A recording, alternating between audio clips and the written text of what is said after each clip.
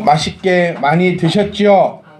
자, 오늘 주무시면 제가 지난주에 약속드린 대로 주무시면 여름에는 히터를 켜고 겨울에는 에어컨을 켜가지고 여러분들 한 분도 주무시지 않도록 교회에서는 최선을 다해서 도와드리겠습니다. 그 교회가 해야 될 의무가 뭐라 했죠? 우리 귀에 이제 딱 걸리고 앉아야 돼요. 교회가 해야 될 의무는 여러분들을 구원시켜드리는 의무가 아니라 하나님과 여러분이 끈끈한 믿음의 그 끈을 잘 가져갈 수 있도록 도와드리는 것이 교회가 해야 될 일입니다. 또 말씀을 들을 때에 어때지 간에 여러분들이 그 말씀을 들으실 수 있도록 도와드리는 일이 교회가 해야 될 일입니다. 그래서 여러분들이 주무신다면 어떻게 하면 안 주무실까 고민을 해보니 여름에는 덥게 겨울에는 춥게 만들어 드리면 아무도 안 주무실 거니까 우리 그런 일이 있어나서 서로가 얼굴 붉히는 일이 없었으면 좋겠습니다. 아시겠죠? 여름에 히터 켜는 제 마음도 안 좋을 것이고 저도 같이 더울 거고 그래서 오늘 이 시간도 우리 온니엘에 대해서 함께 큰 은혜를 나눌 수 있기를 간절히 소망합니다. 자, 온니엘이 누구죠? 온니엘이? 이런 정적. 자, 온니엘이 누굽니까? 온니엘. 그나스의 아들. 사사. 맞아요. 사사예요. 제가 듣고 싶은 답이 바로 사사입니다. 자, 사사 시대 우리가 잘 알고 있을 수도 있고 모를 수도 있는데 이스라엘이 광야 생활을 거친 다음에 여호수아 시대에 들어오면서 우리가 시대를 정복했습니다. 그리고 우리 지난주 오후 말씀까지 지지난주인가요? 계속해서 12지파의 그 시조가 되었던 야곱의 12아들에 대해서 우리가 함께 나누어 보았습니다. 자, 우리가 한번 생각해야 될 게 뭐죠? 야곱의 아들 중에 요셉 지파는 있습니까? 없습니까? 요셉 지파는 없습니다. 요셉 지파가 없고 요셉의 두 아들 누구죠? 그렇죠. 에브라임과 므낫세 이 두 아들이 야곱의 아들로 인정을 받습니다. 이것이 상당히 중요한 의미를 갖는데요. 그래서 또 다음번에 우리가 함께 알아보도록 하고 그러면서 이스라엘은 정확하게 얘기하면 13지파가 되는 거죠. 하지만 또 이런 영적인 의미를 부여함으로써 12지파를 완성시키게 됩니다. 그래서 우리가 이것까지 머릿속에 딱 가지고 있으시면서 이번 주부터는 이제 왕정 시대로 넘어가기 전 이 사사에 대해서 우리가 알고 있는 사사 두 명을 알고 있을 겁니다. 최소한 알고 있는 사사 그렇죠. 사무엘과 두 명은 보통 알고 있다. 그렇지. 삼손도 사사입니다. 힘쓰는 장사가 아니라 삼손도 사사입니다. 그러니까 우리가 다 알고 있는 사람이 딱 두 사람 정도입니다. 사무엘과 삼손. 자, 삼손이 형입니까? 사무엘이 형입니까? 자, 사무엘 나오죠. 자, 누가 형입니까? 삼손이 형입니다. 자, 우리 기억 속에 갖고 있는 건 사무엘은 할아버지 기억을 가지고 있고 삼손은 심센 청년의 때를 가지고 있기 때문에 삼손의 동생 같은데 삼손이 먼저 났고요. 사무엘이 마지막 사사입니다. 사무엘이 누구를 왕으로 세웁니까? 첫 번째 왕이 사울이었고 두 번째 왕이 다윗이었기 때문에 마지막 사사가 바로 이 사무엘입니다. 이번 주부터 우리가 이 사사에 대해서 한번 알아보면서 또 함께 은혜 나눌 수 있기를 간절히 부탁드리겠습니다. 자, 가나안 정착 이후에 이스라엘은 팔레스타인에서 정착 생활을 시작하면서 왕정이 시작되기까지 약 200년입니다. 여호수아가 팔레스타인 지역입니다. 우리 이거 역사적으로 좀 알고 가셔야 돼요. 지금 현재 이스라엘이 살고 있는 그 가나안 땅이 지금 구약에 나오는 그 땅입니다.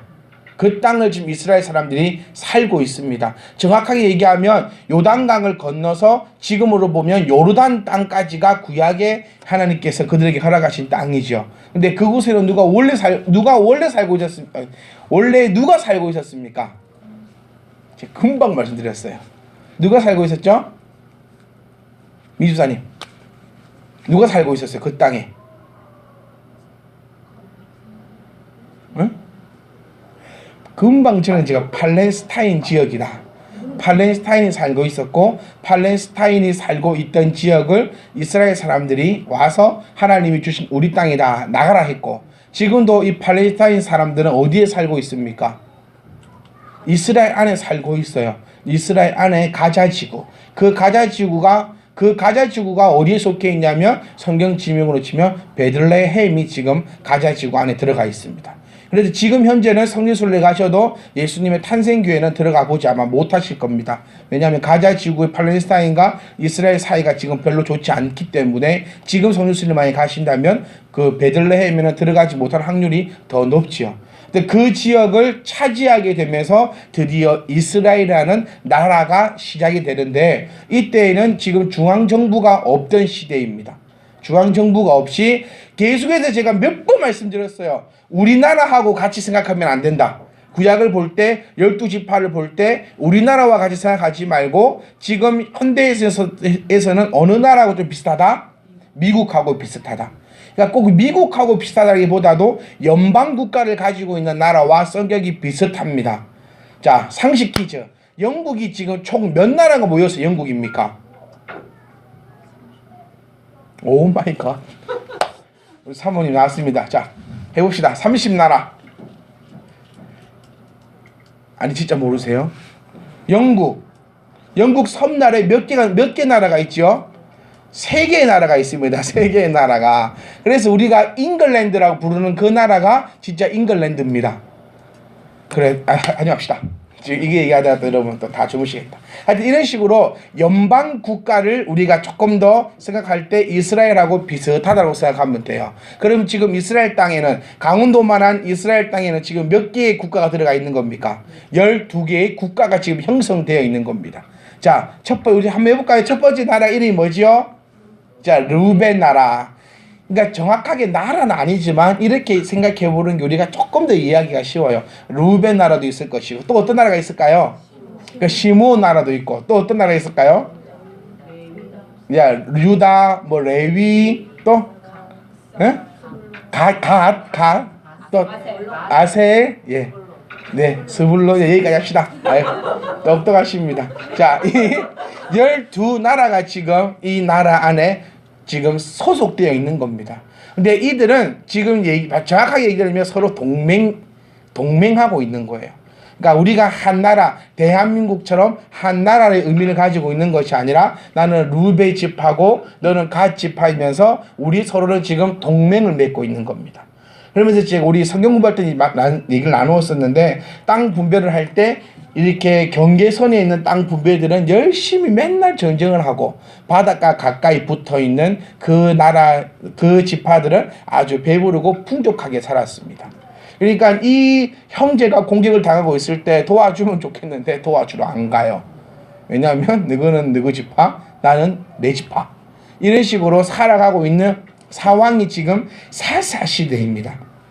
그러니까 사사 시간 동안에 이스라엘은 중앙정부나 당이란 국가체제를 가지고 있지 않았으며 상비군조차 가지지 못하고 있었습니다. 그러니까 군인조차 없는 시대가 바로 이 시대였습니다. 그럼에도 불구하고 주변의 강한 이웃나라들과는 구별되는 강인한 신앙과 전통을 가지고 자신들의 체제를 유지해 왔습니다. 체제를 유지할 수 있는 것. 지금 우리 현대사회를 살아갈 때도 가장 중요한 것이 사상이라 합니다. 우리나라는 제일 잘 이해할 수 있죠. 남한과 북한이 갈라져서 민주주의와 공산주의에 사상적으로 싸움하고 있는 정치 싸움이잖아요. 근데 이 12나라가 같이 연합되어 있으면서도 이들의 가지고 있는 사상은 똑같았습니다. 그게 바로 신앙이라는 것이 있었죠. 근데 이 사이에서 분쟁이 일어납니다. 루벤 지파와 시몬 지파가 분쟁이 일어납니다. 이 분쟁을 해결해 줄 사람이 있어야 됐는데 이 분쟁을 해결해 주는 사람이 바로 사사입니다. 이 사사가 가지고 있는 큰 권한, 아니면 어쩌면 이들이 가지고 있는 그 지위는 무엇을 가지고 있냐면 강력한 카리스마로서 위기를 극복하고 지파의 결속력을 묶는 구심점 역할을 하던 자들이 바로 이 사사들이었습니다. 그들은 때로 지파 동맹을 통하여 적들과 싸웠고 중앙성소에서의 공동된 종교 제의를 통하여 그들의 이상을 실천해 나갔습니다. 즉 사사를 한마디로 얘기하면 종교 지도자요, 그들의 심판관 역할을 감당하고 있던 사람들이 바로 이 사사들이었습니다. 과연 이 사사들 중에서 맨 처음으로 사사가 된 사람이 바로 오늘 우리가 함께 볼 온니엘입니다. 온니엘. 외우기 쉽죠? 여러분 여자들이 제일 좋아하는 게 뭐죠? 옷. 그리고 엘이 뭡니까? 하나님 여호와 엘자입니다. 그래서 온니엘 이렇게 외우시면 온니엘 니자만 외우면 되잖아요. 그러면 온니엘 첫 번째 사사가 온니엘입니다. 제가 여러분 안자기 하려고 오만 거를 다 해서 이런 걸 해도 주무시니 제가 집에 갈까요 그냥? 자, 온니엘에 대해서 한번 보겠습니다. 온니엘의 이름의 뜻은 하나님은 힘이시다. 자, 엘이 뭐랬습니까? 엘이 하나님입니다. 그러니까 온니엘 하나님은 힘이시다. 하나님의 힘이라는 의미를 가지고 있고 온니엘은 오늘 우리가 읽었던 본문 말씀을 봐도 그의 족보는 바로 갈렙의 조카입니다. 자, 그나스의 아들이며 그 그나스가 갈렙의 뭐라 되어 있습니까? 아우라 되어 있으니까 갈렙이 온니엘의 삼촌입니다. 자, 여호수아가 죽은 후 이스라엘은 그를 계승하여 백성을 인도할 만한 강력한 지도자가 없었습니다. 지도자가 이제 부재했죠.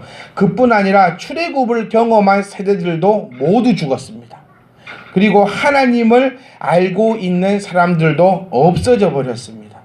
그러니까 이스라엘 나라 사람들을 보면 참 신기하고도 재밌는 게 하나님을 열정적으로 믿었다가 하나님도 참 잘 잊어버리는 민족이 잘 잃어버리는 민족이 바로 이 이스라엘 민족이었습니다. 지금은 지도자도 없고 분쟁이 나도 해결해 줄 리도 없고 또 애굽 땅을 경험했던 사람들이 없기 때문에 애굽의 그런 심각성도 모른 어쩌면 지금 우리나라와 비슷한 상황을 가지고 있습니다. 지금 우리나라에 이제 일제를 경험했던 분들이 거의 다 사라지셨지요. 그래서 우리들도 일제시대는 구전을 통해서 듣는 것이 아니라 책을 통해서 보고 있을 뿐이고 또 그렇기 때문에 이 민족성도 사실 많이 흔들리고 있습니다. 젊은이들을 통해서 한 리서치 회사에서 조사를 했더니 독도에 대해서 그렇게 심각하게 생각하고 있지 않다는 결론도 많이 나오고 있습니다. 왜냐하면 구전의 힘과 글의 힘은 틀립니다.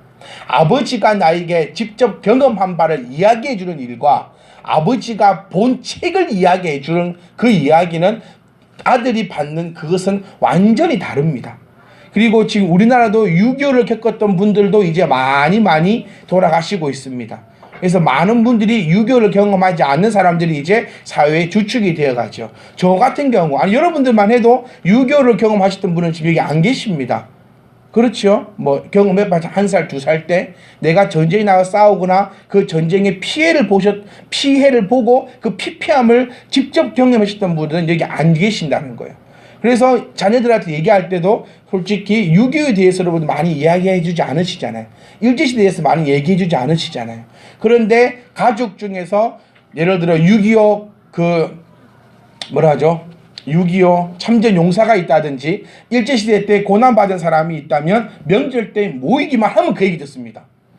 할아버지가 6.25 때 또 나왔다 하면서 그 얘기만 한다는 거예요. 그런데 이 사람들이 모두 다 죽고 나니 우리 대한민국 사회도 이제 그 일본이나 북한에 대한 감정들이 좀 바뀌고 있는 그런 실정 가운데 하나입니다. 똑같은 상황이었습니다. 출애굽을 경험했던 사람들이 사라지니 출애굽에서 보았던 구름기둥과 불기둥, 그 다음에 만나, 그 다음에 솟아났던 샘물들, 전쟁에서 어떻게 이겼는지, 우리가 이 땅에 어떻게 들어왔는지에 대해서 생생하게 전해줄 사람이 없었고 또한 우리처럼 책이 있는 시대가 아니기 때문에 이 이야기들이 계속해서 개선되고 있지 못했기 때문에 이스라엘 사람들 머릿속에는 하나님이라는 글자가 서서히 지워지고 있었고 이미 어떤 지파에서는 하나님에 대한 존재가 완전히 사라져 갔다는 것이 우리 사사기 2장 10절 말씀을 보시면 그 말씀이 나타나고 있습니다.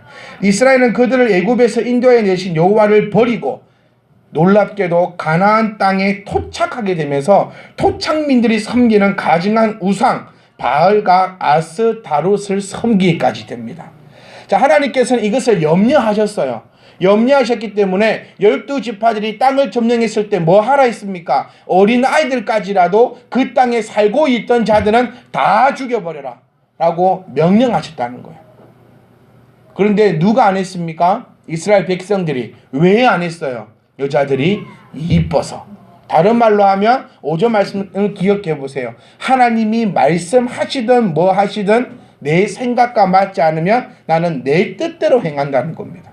하나님께서 이스라엘 백성들을 이끄셨어요. 한번 생각해 보세요. 진짜 진지하게. 하나님이 광야에서 살리셨고 전쟁에 승리하게 하셨고 가나안 땅에도 넣어주셨으면서 명령하시기를 그 땅에 살고 있던 거 다 죽여라 라고 했는데 진짜 이유가요, 여자가 이뻐서 안 죽인 겁니다. 어린애들을 어떻게 죽여요? 이 피덩이를 어떻게 죽여요? 그게 아니라 여자가 이뻐서 안 죽입니다. 왜? 뭘 볼 수 있냐면 안 이쁜 민족에 들어갔을 때는 그 애까지 다 죽여버리거든요. 전쟁을 하고 넘어오면서 여자들이 이뻤던 지역에는 다 살려두지만 여자가 안 이뻤던 지역에 들어가서는 그의 아기까지 다 죽여버렸던 것이 이 이스라엘 민족들입니다. 그렇기 때문에 이런 연민의 이런 그런 것 때문에 안 죽인 게 아니라 단지 하나입니다. 여자가 이뻐서. 그 말은 내 생각이 옳아서. 하나님이 지금까지 인도해 주신 것들 일단 제껴두고 하나님 나에게 말씀하신 걸 일단 제껴두고 그냥 나는 내 뜻대로 갑니다 한 것이 이스라엘 백성들이고 우리들의 모습일 거란 겁니다. 그러니까 들어갔습니다. 안 죽였어요. 안 죽이니까 뭐가 됩니까? 남자는 여자를 따라갈 수밖에 없어요. 그래서 여자가 중요하다는 겁니다. 지혜 있는 아내가 중요하고 현명한 여인, 현숙한 여인을 우리 성경에서는 계속해서 이야기해 주고 있다는 겁니다. 우리 교회에서 남자 청년이 없어서 이런 얘기를 해봤자 그렇게 크게 공감되는 부분은 없겠는데 하여튼 가정이 잘 되려면 여자가 지혜로워야 되고 현숙한 여인이 되어야지만 하나님 앞으로 그 가정이 갈 수 있다는 겁니다. 자, 그렇게 했더니 이쁜 여자를 내가 아내로 맞았더니 그 여자가 믿던 신까지 남자가 믿습니다. 이 틀림없는 사실. 우리 보십시오. 남자가 먼저 교회 오신 분 아무도 안 계세요. 다 여자가 먼저 교회 갔습니다. 그리고 시간은 좀 걸렸지요. 1년이 걸린 분도 있고 10년이 걸린 분도 있고 20년이 걸린 분도 있지만 결국에는 따라간다는 겁니다. 그렇게 여호와의 은혜 때문에 살아왔던 그 남자도 여자가 믿던 바알신을 여자가 믿으니 여자롭게 따라갈 수밖에 없었다는 것입니다. 그러니 하나님께서는 주변 국가를 들어서 이스라엘을 징계하시게 되고 또 그 징계하실 때마다 이스라엘들은 자신의 행동을 회개하고 그때야 비로소 여호와 하나님을 찾는 그런 안타까운 일이 벌어집니다. 그러면서 이스라엘 백성들 하나를 우리가 본받을 점은 뭐냐면 하나님께 이들은 부르짖었습니다. 무엇이라 부르짖었냐면 우리말로 하면 목사님 좀 보내달라고 부르짖었습니다. 이것도 우리나라와 또 비슷합니다. 우리나라의 선교 역사를 보면 우리나라가 참 하나님의 은혜를 많이 받은 민족이라고 할 수밖에 없는 이유는 다른 나라의 선교 역사를 쫙 보면 선교사님들이 먼저 그 땅에 가셨고 또 그 땅에서 선교사님을 통하여서 복음이 전해진 것이 선교 현장의 역사인데 우리나라와 이스라엘은 조금 다릅니다. 이스라엘 백성들도 지금 사사를 요구합니다. 하나님, 우리를 하나님의 말씀으로 양육하고 하나님의 뜻을 가르쳐주고 하나님의 뜻대로 우리를 인도해줄 사사, 지도자를 우리에게 내려주시옵소서. 모세와 같은 갈렙과 같은 그런 지도자를 우리에게 주십시오라고 열심히 부르짖으니 하나님께서 그들의 기도를 들으시고 불쌍히 여기사 사사를 세우시고 그들의 대적에서 그들을 구원해 주시다는 겁니다. 우리나라 선교 역사를 보면 우리나라 또한 먼저 학문으로서 중국에서 명나라에서 성경책을 먼저 가지고 이 땅에 들어옵니다. 그리고 학자들이 학문으로 성경을 보다가 예수 그리스도를 영접하고 그때에 선교하던 나라에 편지를 씁니다. 편지를 써서 우리나라에 선교사님을 보내주십시오라고 얘기하는 것입니다. 그래서 우리나라 역사를 보면 성경이 먼저 들어왔고 그들이 교회를 먼저 세웁니다. 교회를 먼저 세우고 난 다음에 선교사님을 파송을 요청합니다. 그래서 우리나라는 사실 선교사님들 선교 기관에서 별로 신경 쓰지 않고 있던 나라에서 편지가 오면서 우리나라에 선교사를 보내달라, 파송해달라 그 요구를 듣고 보내준 나라가 우리나라입니다. 그래서 우리나라는 참 복이 있는 것이 말씀이 살아있는 것이 어느 나라를 가도 이렇게 설교하는 교회도 잘 없습니다. 우리나라의 어쩌면 문화입니다. 이것도. 이렇게 복된 말씀을 귀하게 여길 수밖에 없는 민족이 된 이유가 먼저 말씀이 들어왔고 교회를 세웠고 그 다음에 선교사님이 들어왔다는 겁니다. 자, 이스라엘과 좀 비슷한 것이 있습니다.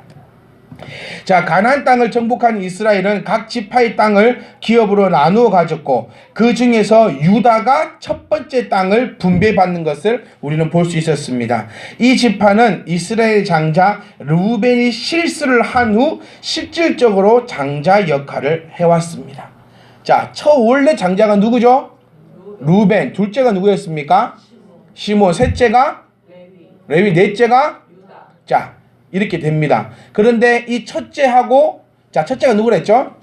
르우벤, 그 다음 시몬, 그 다음에 레위. 자, 이렇게 있는데 첫 번째, 두 번째가 하나님 앞에 죄를 범했지요. 원래는 첫 번째, 두 번째, 세 번째가 다 죄를 범했는데 첫 번째, 두 번째보다 첫 번째, 두 번째하고 세 번째는 하나님을 앞에 다시 저주가 축복이 되어 레위 지파로 제사를 담당하는 그 지파가 됩니다.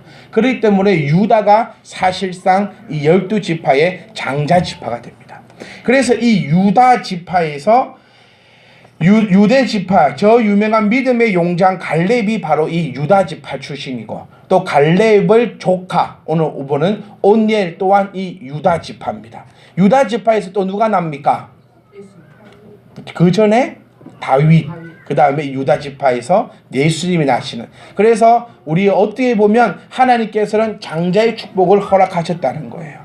자, 장자의 축복. 유다가 지금 실질적인 장자 지파입니다. 그 장자 지파를 통하여서 제일 첫 사사가 났고 그를 통하여서 다윗이 나고 그를 통하여서 예수 그리스도가 나고 있음을 우리가 기억하시고 우리가 비록 혈육적으로는 장자가 아닐지 몰라도 그딴 거 다 때려치우고 우리는 뭐만 믿음의 눈을 들어 바라보면 내가 하나님 안에서 내가 바로 장자임을 기억할 수 있기를 간절히 소망합니다. 자, 온니엘은 갈렙의 조카로서 그 거대하고 사악한 아낙 족속을 물리치고 헤브론을 점령합니다.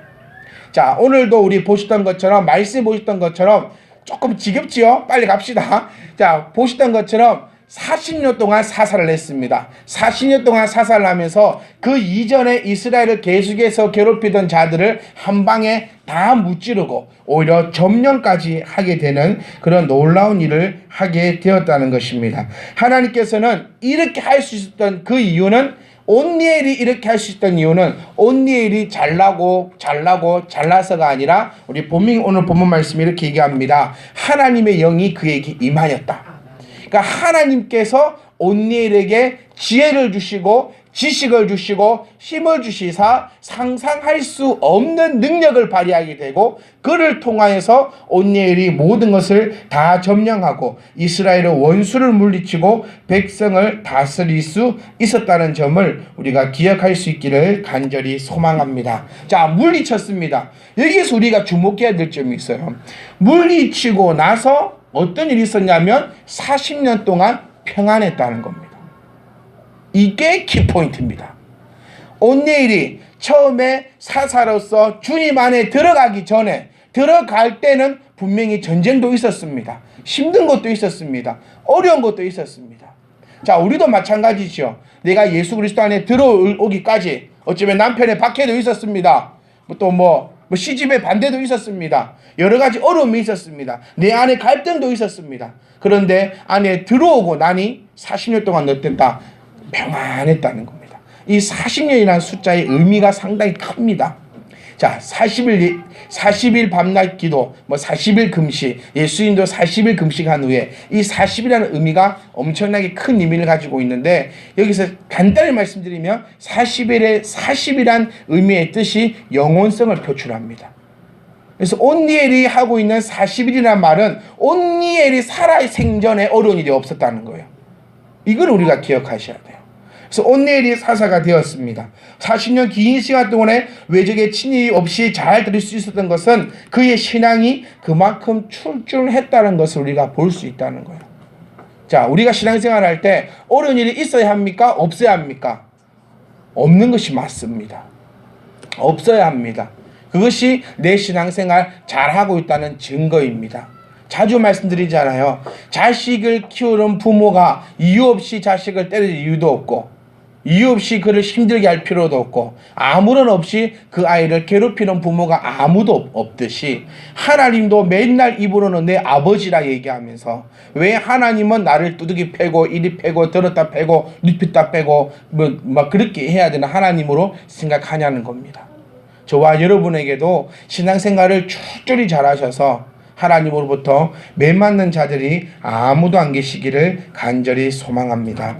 반면에 이스라엘 민족은 조금 편하면 하나님을 떠나 바알과 아세라를 섬기는 어리석은 백성이면서 그랬기 때문에 그 주위에는 항상 대적들이 노리고 있었던 것을 우리가 기억해야 합니다. 그러니까 이스라엘 백성들을 보면 신앙생활하는 우리와 비슷합니다. 이스라엘의 지리를 한번 보십시오. 그 주변에는 항상 강대국이 포진하고 있습니다. 항상 강대국입니다. 그리고 항상 이스라엘을 잡아먹으려고 어르렁 거리고 있었습니다. 우리 주변도 한번 보십시오. 신앙생활을 지켜나가기에는 참 어려운 여건들, 강대국들이 너무 많이 둘러쳐 있습니다. 우리 청년들 보면서 그 생각 많이 들어요. 이 좋은 봄날에 남자친구라도 또 생기게 되면 과연 주일날 이것들이 올까? 오기는 오겠지요. 왜 올까? 오기는 오겠지요. 하나님이 좋아서? 아니 목사님이 무서워서? 어떤 마음으로 오게 될지 지금 이러면 다 목사님 절대 그런 일 없다고. 한번 봅시다. 그래. 그런 것처럼 내 주변에 이 신앙생활을 온전히 할 만한 조건이 없고 맨날 공격하는 적들만 우르르 빡빡합니다. 좀 오늘 말씀 듣고 내가 내일부터 진짜 착하게 살아보겠다 다짐하고 나면 머리 나를 공격하는 자들이 많고 나를 건드는 자들이 많은 하여튼 간에 내 주변의 강대국들이 수두룩빽빽합니다.